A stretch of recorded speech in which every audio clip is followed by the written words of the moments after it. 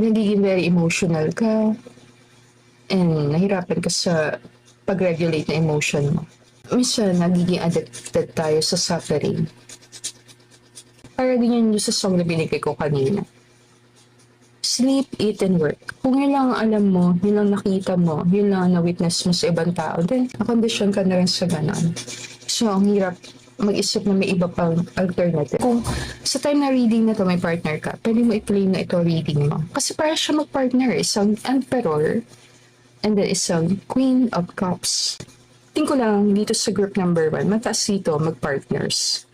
Pwedeng kasal, pwedeng hindi, may isa or may dalawang anak. Isa, dalawa, mataas. Ano may say na spirit guides? Taon mo next year.